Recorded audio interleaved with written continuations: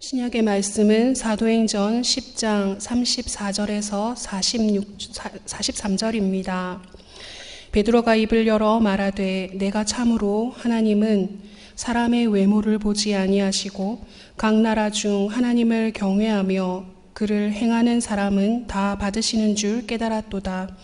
만유의 주 되신 예수 그리스도께서 말미암아 화평의 복음을 전하사 이스라엘 자손들에게 보내신 말씀 곧 요한이 그 세례를 반포한 후에 갈릴리에서 시작하여 온 유대에 두루 전파된 그것을 너희도 알거니와 하나님이 나사렛 예수에게 성령과 능력을 기름 붓듯 하셨음에 그가 두루 다니시며 선한 일을 행하시고 마귀에게 눌린 모든 사람을 고치셨으니 이는 하나님이 함께 하셨음이라. 우리는 유대인의 땅과 예루살렘에서 그가 행하신 모든 일의 증인이라. 그를 그들이 나무에 달아 죽였으나 하나님이 사흘 만에 다시 살리사 나타내시되 모든 백성에게 하신 것이 아니요 오직 미리 택하신 증인 곧 죽은 자 가운데서 부활하신 후 그를 모시고 음식을 먹은 우리에게 하신 것이라. 우리에게 명하사 백성에게 전도하되 하나님이 살아있는 자와 죽은 자의 재판장으로 정하신 자가 곧 이 사람인 것을 증언하게 하셨고 그에 대하여 모든 선지자도 증언하되 그를 믿는 사람들이 다 그의 이름을 힘입어 죄 사함을 받는다 하였느니라. 아멘. 서신서의 말씀은 골로새서 3장 1절에서 4절입니다. 그러므로 너희가 그리스도와 함께 다시 살리심을 받았으면 위의 것을 찾으라. 거기는 그리스도께서 하나님 우편에 앉아 계시느니라. 위의 것을 생각하고 땅의 것을 생각하지 말라. 이는 너희가 죽었고 너희 생명이 그리스도와 함께 하나님 안에 감추어졌음이라. 우리 생명이신 그리스도께서 나타나실 그때에 너희도 그와 함께 영광 중에 나타나리라. 아멘. 복음서의 말씀은 마태복음 28장 1절에서 10절입니다. 안식일이 다 지나고 안식 후 첫날이 되려는 새벽에 막달라 마리아와 다른 마리아가 무덤을 보려고 갔더니 큰 지진이 나며 주의 천사가 하늘로부터 내려와 돌을 굴려내고 그 위에 앉았는데 그 형상이 번개 같고 그 옷은 눈같이 희거늘 지키던 자들이 그를 무서워하여 떨며 죽은 사람과 같이 되었더라. 천사가 여자들에게 말하여 이르되 너희는 무서워하지 말라. 십자가에 못 박히신 예수를 너희가 찾는 줄 내가 아노라. 그가 여기 계시지 않고 그가 말씀하시던 대로 살아나셨느니라. 와서 그가 누우셨던 곳을 보라. 또 빨리 가서 그의 제자들에게 이르되 그가 죽은 자 가운데서 살아나셨고 너희보다 먼저 갈릴리로 가시나니 거기서 너희가 배우리라 하라. 보라 내가 너희에게 일렀느니라 하거늘. 그 여자들이 무서움과 큰 기쁨으로 빨리 무덤을 떠나 제자들에게 알리려고 다름질할세 예수께서 그들을 만나 이르시되 평안하냐 하시거늘 여자들이 나아가 그 발을 붙잡고 경배하니 이에 예수께서 이르시되 무서워하지 말라. 가서 내 형제들에게 갈릴리로 가라 하라. 거기서 나를 보리라 하시니라. 아멘.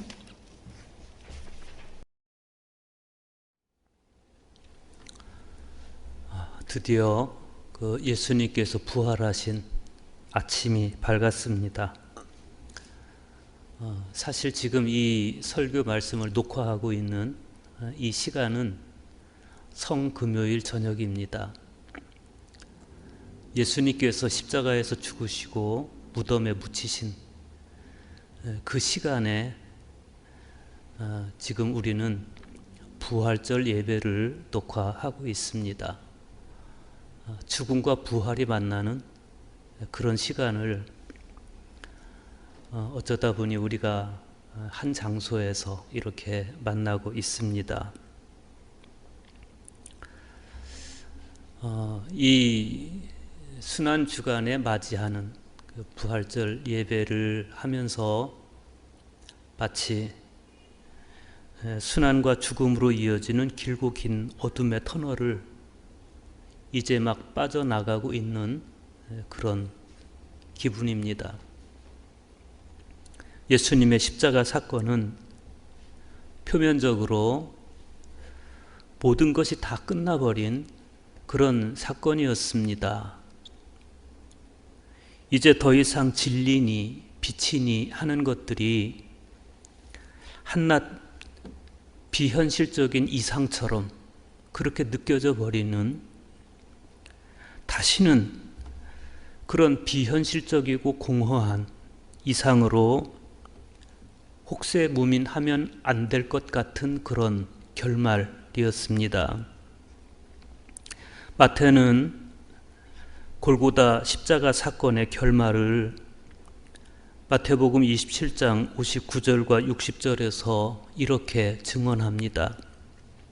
요셉은 예수의 시체를 가져다가 깨끗한 고운 배로 싸서 바위를 파서 만든 자기의 새 무덤에 모신 다음 큰 돌을 굴려 무덤 입구를 막아놓고 갔다. 서기관과 바리새파 사람들은 스가랴 선지자의 예언대로 목자 예수를 쳐서 그 양떼인 제자들을 다 흩어지게 했기 때문에 이제 예수의 영광은 끝났다, 이렇게 생각했습니다. 그런데 다 끝났다고 생각하는 그 순간에 그들은 다시 또 새로운 염려에 사로잡힙니다. 그것은 바로 예수의 부활이었습니다. 그래서 그들은 빌라도를 찾아가서 이렇게 말합니다.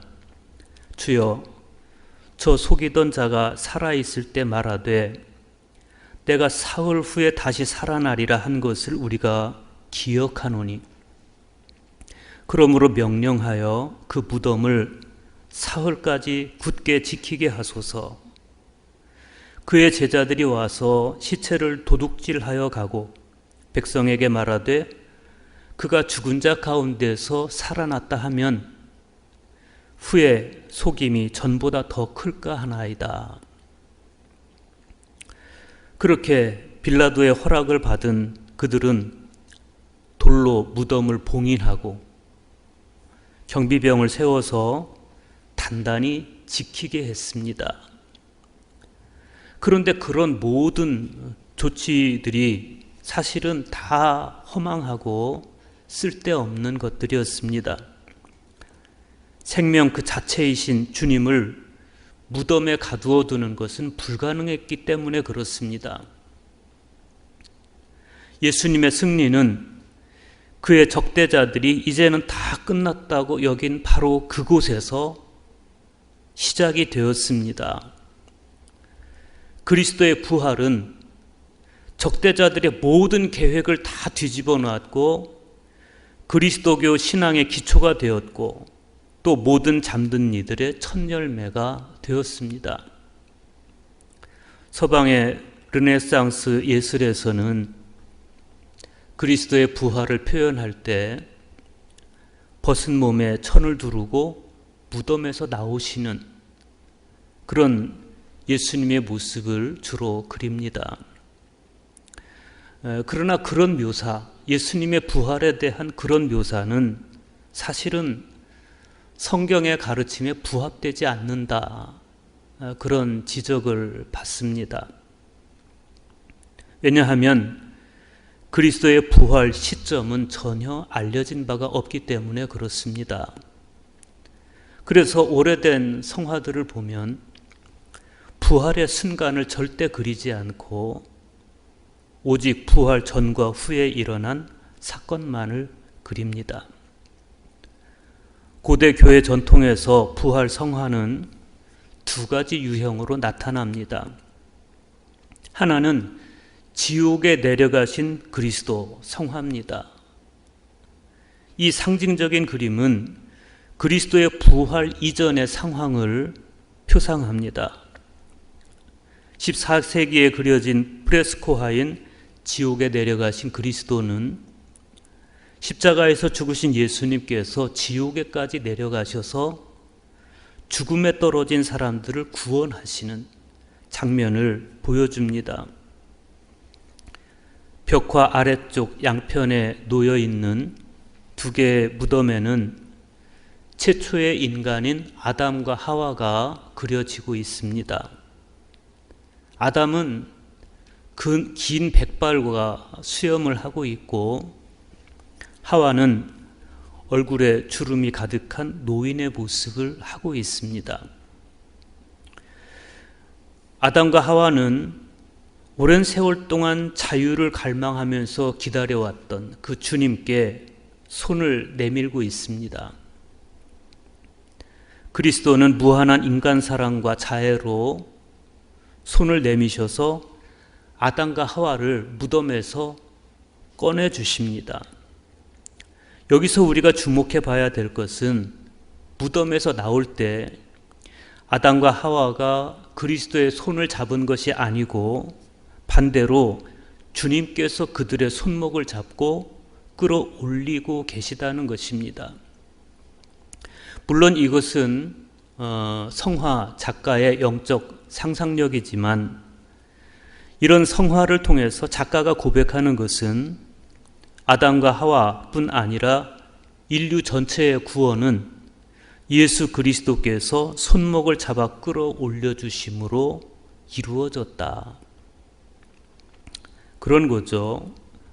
부활 성화의 두 번째 유형은 그리스도의 부활 이후에 일어난 두 가지 역사적 사건을 나타낸 것입니다. 그 중에 하나는 베드로와 요한이 주님의 빈 무덤을 방문한 사건이고, 다른 하나는 바위 위에 앉아있는 모습으로 나타난 천사가 향유를 가진 여인들에게 예수님 부활 소식을 전하는 장면입니다.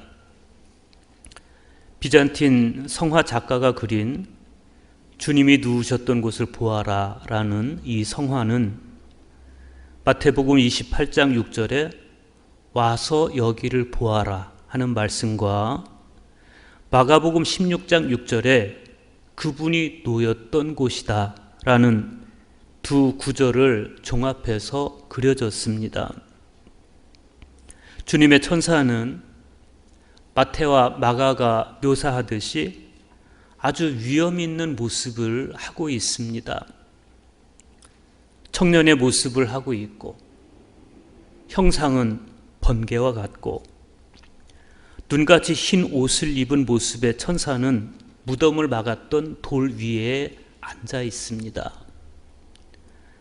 하늘을 향해서 활짝 펴든 커다란 두 날개는 뒤에 있는 산 정상 위로 솟아 있습니다.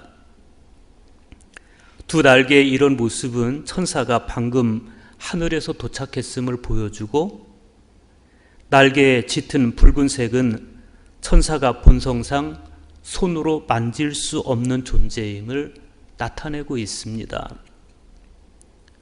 천사의 한 손에는 하늘의 권력을 상징하는 지팡이를 쥐고 있고, 다른 한 손으로는 무덤을 가리키면서 여인을 향해서 보라, 그를 두었던 곳이니라 라고 말하고 있습니다.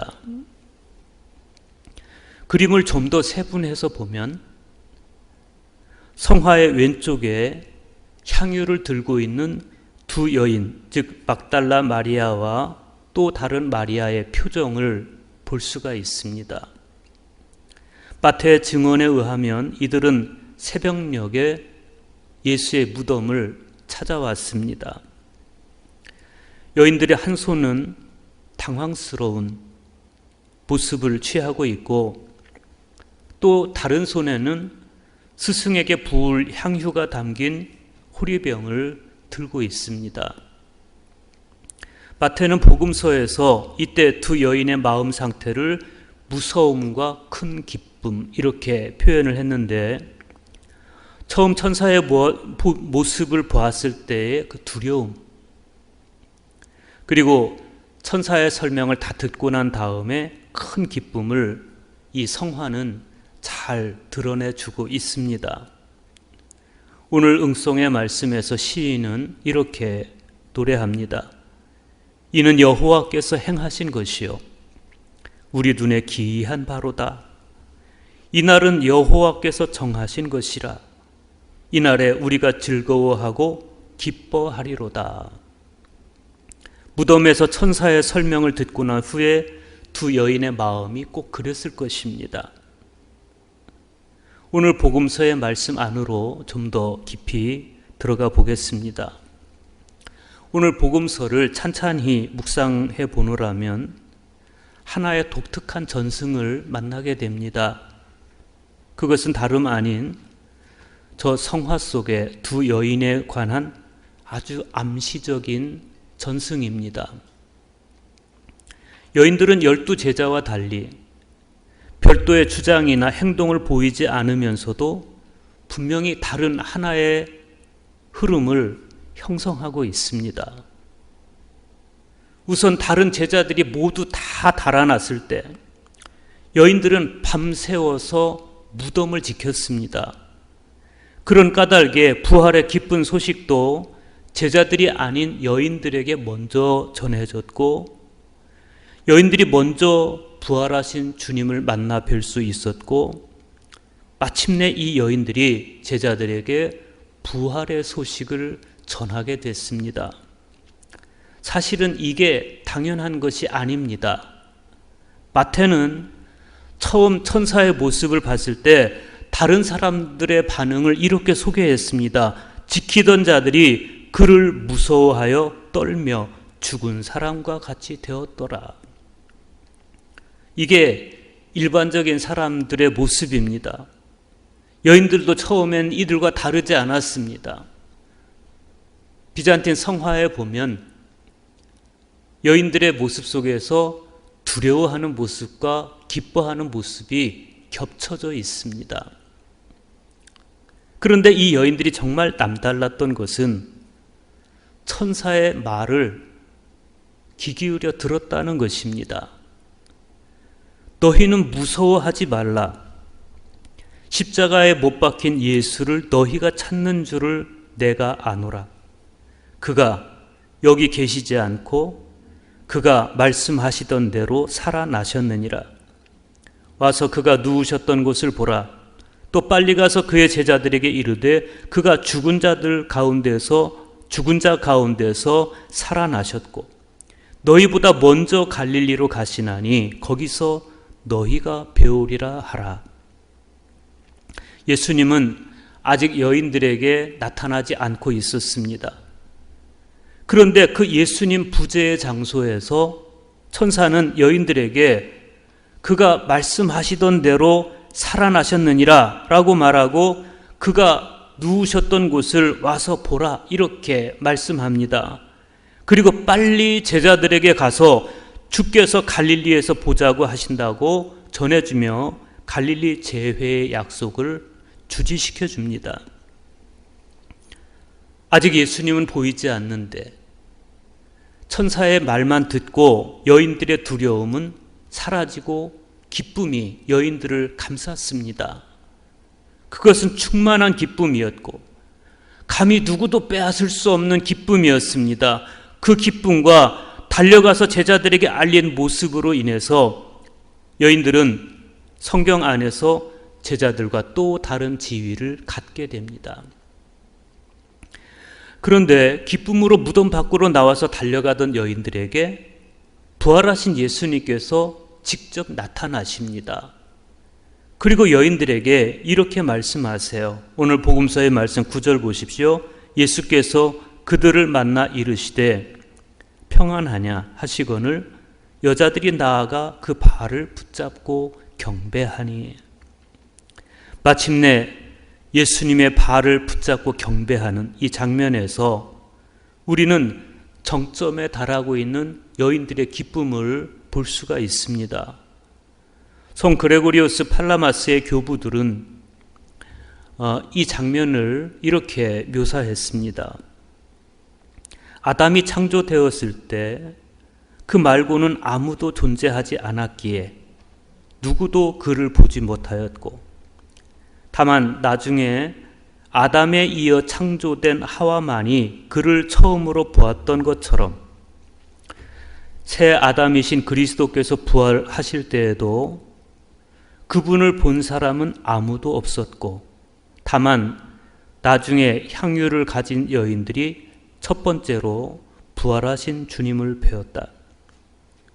하와는 간교한 영과 대화한 뒤 타락과 죽음의 소식을 아담에게 전했지만, 향유를 가진 여인들은 천사와 대화를 나누고 또한 부활하신 그리스도를 직접 뵌 뒤 부활의 기쁜 소식을 제자들에게 전했다.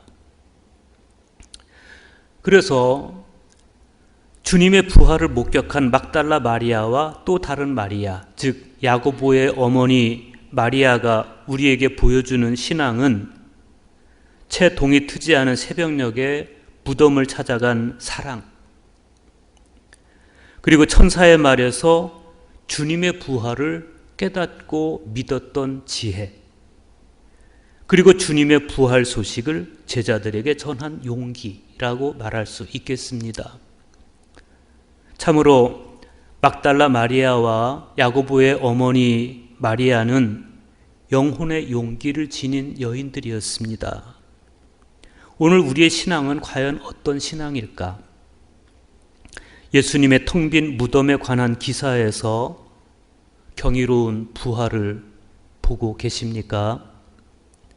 아니면 여전히 죽음의 그늘이 내면에 서린 채 절망적이고 우울한 그런 부활절을 맞이하고 계십니까? 이후에 전개되는 부활에 관한 기사를 보면 예루살렘에서는 일대 소동이 벌어집니다. 대제사장들과 장로들은 군인들을 매수합니다. 그래서 군인들에게 많은 돈을 건네주면서 그의 제자들이 밤에 와서 우리가 잘 때 시체를 도둑질해 갔다고 하라 그러면서 예수님의 부활을 은폐하기에 급급해합니다. 그럼에도 불구하고 예수님의 부활 소식은 유대인들 가운데 두루 퍼져 나갔습니다. 예수님의 11 제자는 부활의 소식을 듣고 예수님께서 지시하신 갈릴리 산에 이릅니다. 그런데 그들은 거기에서 예수님을 배웠고 경배하기는 하지만, 그러나 마태는 이렇게 전해줍니다. 아직도 의심하는 사람들이 있더라. 이게 제자들의 모습이었습니다. 이 중에서 우리는 과연 어떤 모습일까?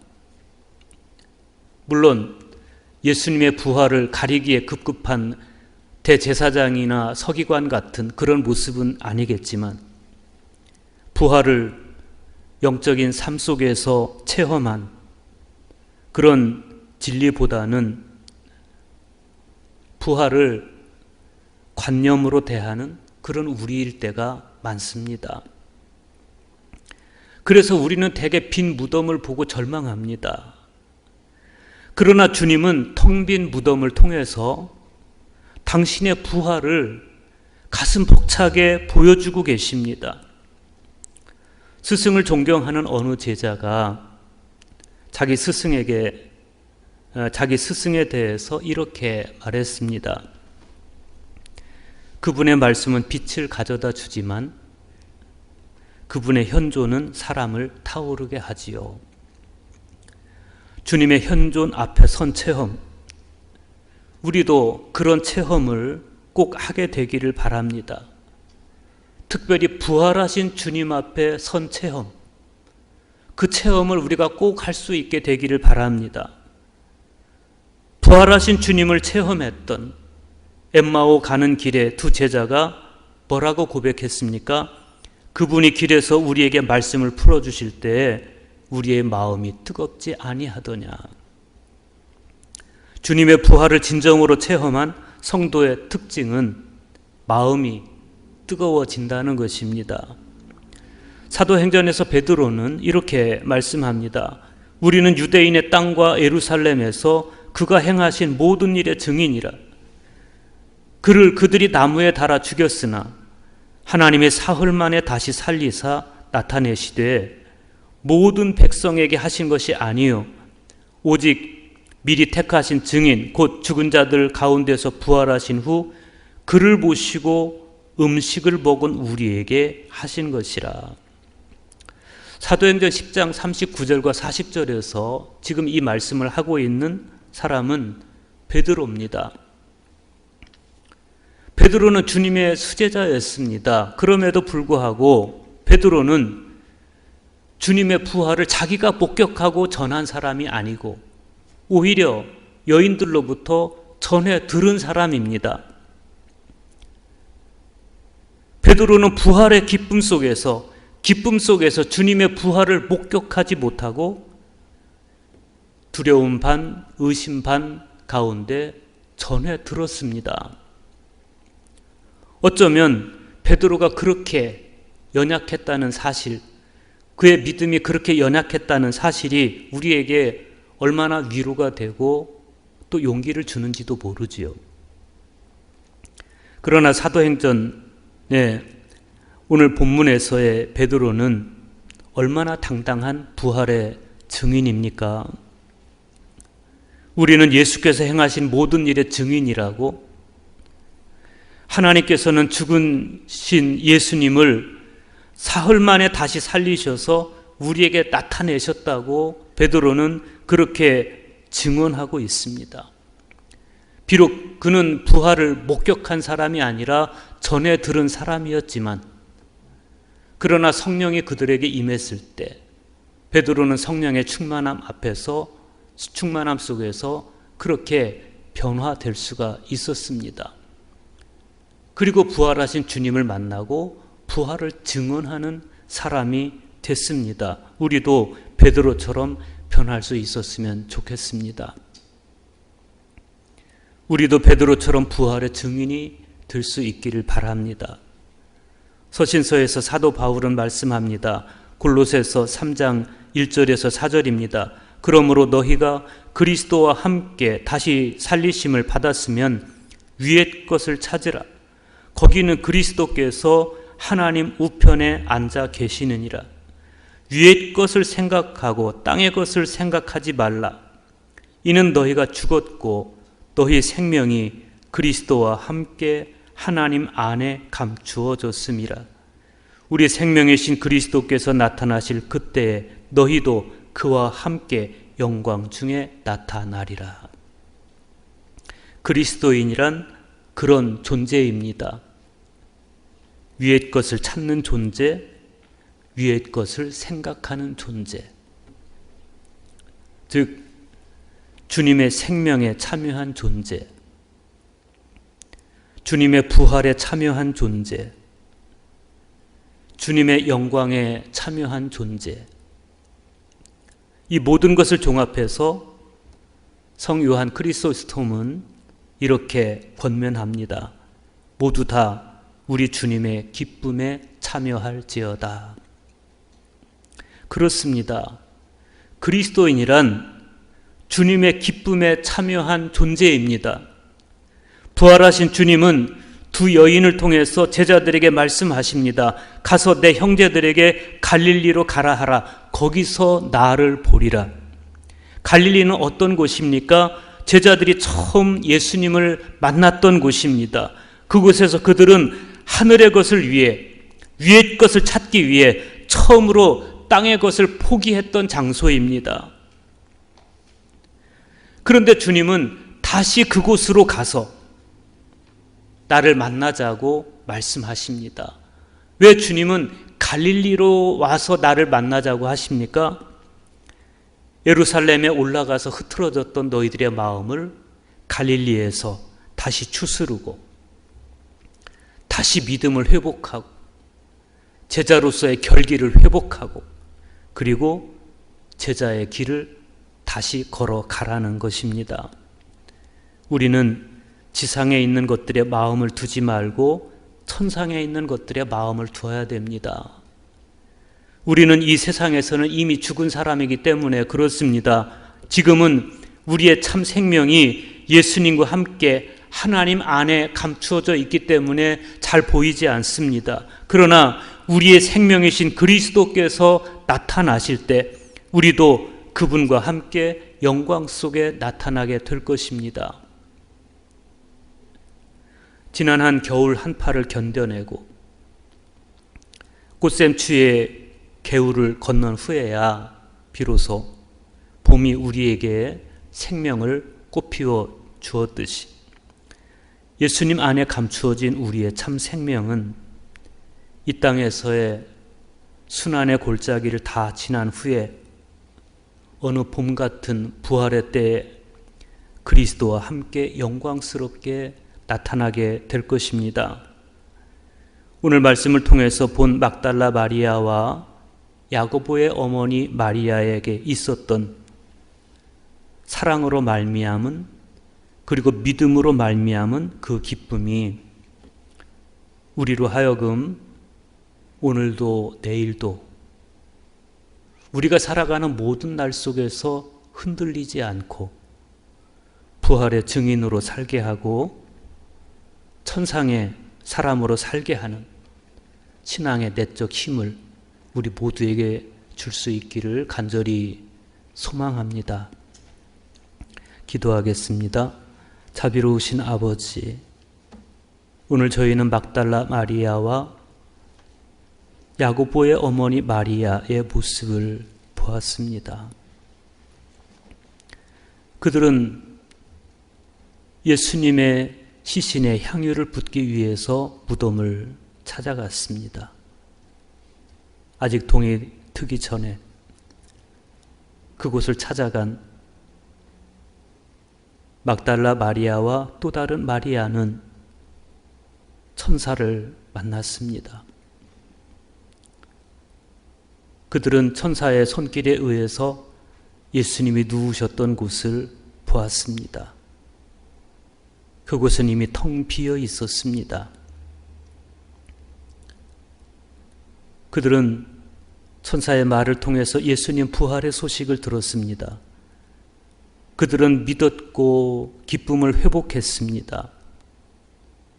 그리고 마침내 부활하신 예수님을 만났습니다. 그리고 부활의 증인이 되었습니다. 아버지, 오늘 저희들이 말씀 안에서 또 성령의 인도하심 안에서 주님의 부활이 다만 저희의 관념 속에서 머무르는 그런 진리가 아닌 나의 생명이요, 나를 하나님의 영광 안에 있게 하는 진정한 믿음의 사람이 될 수 있도록 은총을 베풀어 주시옵소서. 이후로 저희가 부활의 그늘 안에 갇히지 않고 이제는 온전히 부활의 믿음으로 부활의 삶을 살아가는 그러한 저희가 되게 하여 주시옵소서. 부활의 영광이 하도 커서 다시는 땅의 것에 집착하지 않고 위의 것, 하늘의 것, 생명에 속한 것을 바라보며 이 땅에서의 삶을 더 힘을 내서 진정한 그리스도인으로 살아가게 하여 주시옵소서. 우리 주 예수 그리스도의 이름으로 간절히 기도하옵나이다. 아멘.